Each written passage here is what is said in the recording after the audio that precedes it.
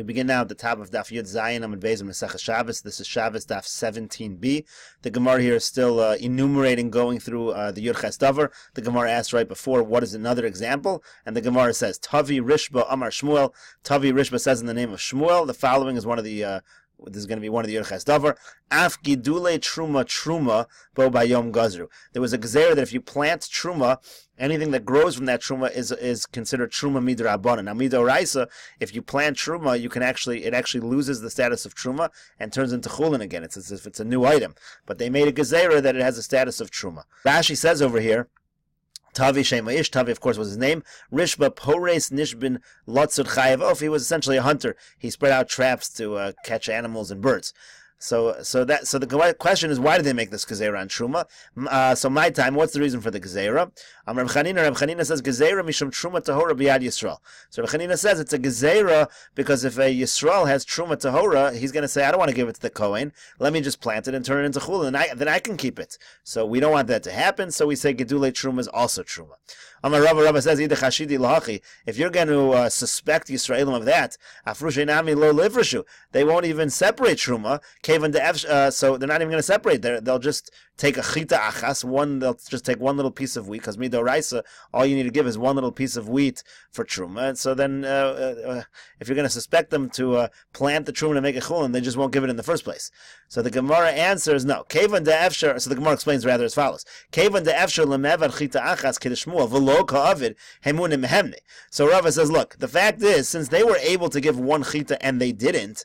They could have given one chita like Shmuel says, and they did not. So clearly we trust the Yisraelim that they're going to give truma. That's not an issue, and there's no way that the gezerah of gedule truma was because of Yisraelim. Rather, ela gezerah mishum truma tameya biad Kohen. Really, the gezerah was made because Kohen might have in his possession truma tameya.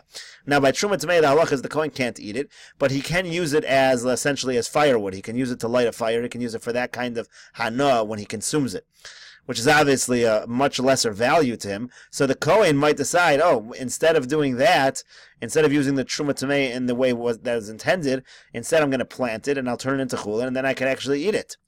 So the Gemara, why can't he do that? So the Gemara says,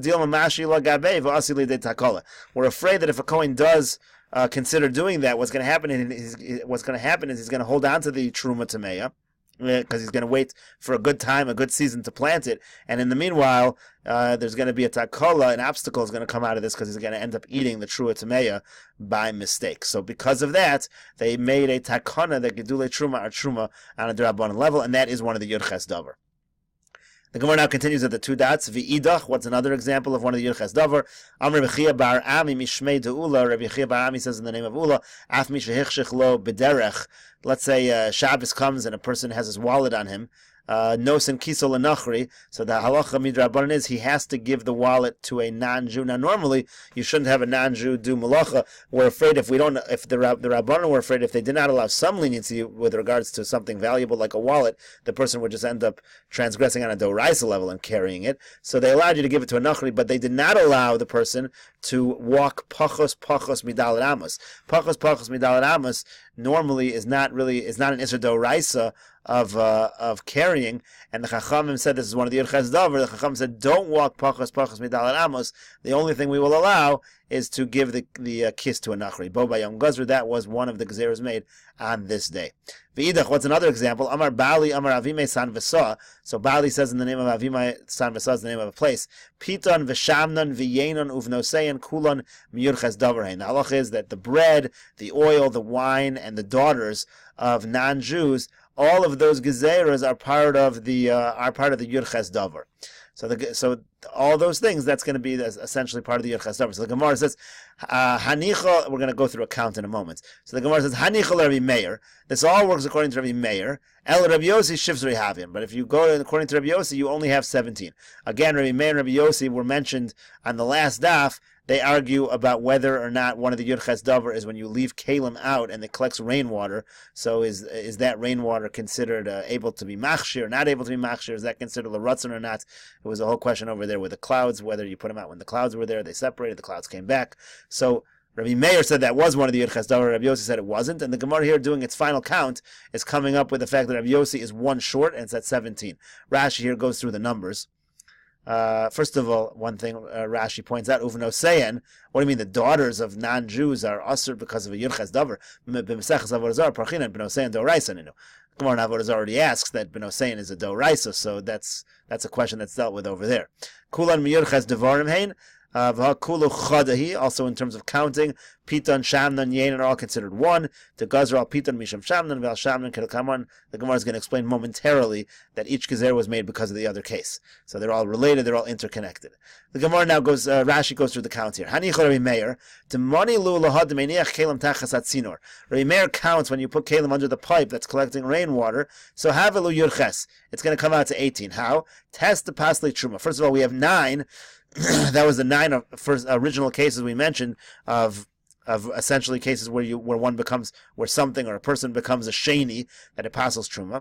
Ve'ein korin, ve'ein polin, and then you also have the not reading and also not delousing by the light of a candle on Shabbos, not cleaning off one's lice. Hachatzer, that gets us to 11. Pashu lehu zayin. Now we have 7 remaining to get to 18. So Tzinor, we have the case of Tzinor. Umardeya, that was the Poseach Tefach. If the goat was, instead of being a Poseach Tefach, it was the circumference of a Tefach. Ubenos Kusim, then we have the Benos Kusim Artame. Ubotzer, and then you have the collection of the grapes that it's Machshir. V'Gedulei Truma, in the case of Gedulei Truma. Benosin Kiso. And the halach we just mentioned about giving over one's wallet if a Shabbos comes to a non-Jew to carry it. And finally, upitan v'sham, and chad and pitan v'sham, you put that together. So if you count that all out, you're going to have your additional 7, and that comes out to 18. So that comes out to 18 according to Rabbi Meir, but of course according to Rabbi Yossi, you only have 17.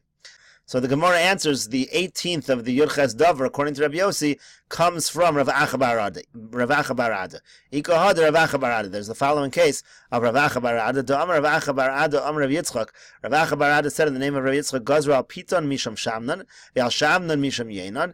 They made a gezerah on the oil of a non-Jew on the bread of a non-Jew because of the oil of a non-Jew, and on the oil of a non-Jew because of the wine. So the Gemara asks, Al Piton Misham Shamnan, the bread, they made a gezerah on the bread because of the oil. My oil made the Shemen Mipas. Why is oil any worse than bread? The way the gezeras went was, first they had a gezerah on wine, and because of the gezerah on wine of a non-Jew, they made a gezerah on bread and oil. Why was there a gezerah on the wine of a non-Jew? That was because of the daughters of a non-Jew. A person would get together and celebrate together with the daughters, with non-Jewish women. And then the reason why they made a gezerah on the daughters of the non-Jews was because of davar acher, was essentially because it would lead to avodah zarah. So, and the reason why wine is stronger than bread and oil is because wine is something you naturally celebrate together with, and bread and oil, of course, are not. So essentially, the original gezerah on the benosein is because of avodah zarah, which leads to a gezerah on wine, which leads to a gezerah on bread and oil. And then here's the part we're adding. Here's the 18th. V'al davar acher mishum davar acher. They made a gezerah. Additionally, they made another gezerah on a davar acher, on something else. What is that? My davar acher. What is the additional gezerah? Amar of Nachman bar Yitzchak. Rav Nachman bar Yitzchak says, Gazru al tinok nachri. They made a gezerah on a young, on a child, of a non-Jewish child, shemetame beziva, that he's tameh in the tumah of zav, even if he's not a zav. Why do they make such a tumah? And not only that, even if a non-Jew does have ziva, there is no tumah. There is no tumas zav for a non-Jew. But they made that tumah midrabanan. Why? They didn't want that a Jewish child should be together with a non-Jewish child in mishkav zacher. So the Gemara says, if so, Rabbi Meir nami tishtzeri havya. Now, if you have this additional of the 18th, Rabbi Meir actually ends up having too many. Now he's got 19 because he already had 18. It was only Rabbi Yossi that needed the additional one. So the Gemara says, Ochlen v'kelim shenitmu b'mashkin b'chad chashiv lui. One of the ones we listed before was food and utensils that are tameh by touching liquids. So those Rabbi Meir groups together as one. He doesn't count them as 2, and that's why he also arrives at the number 18.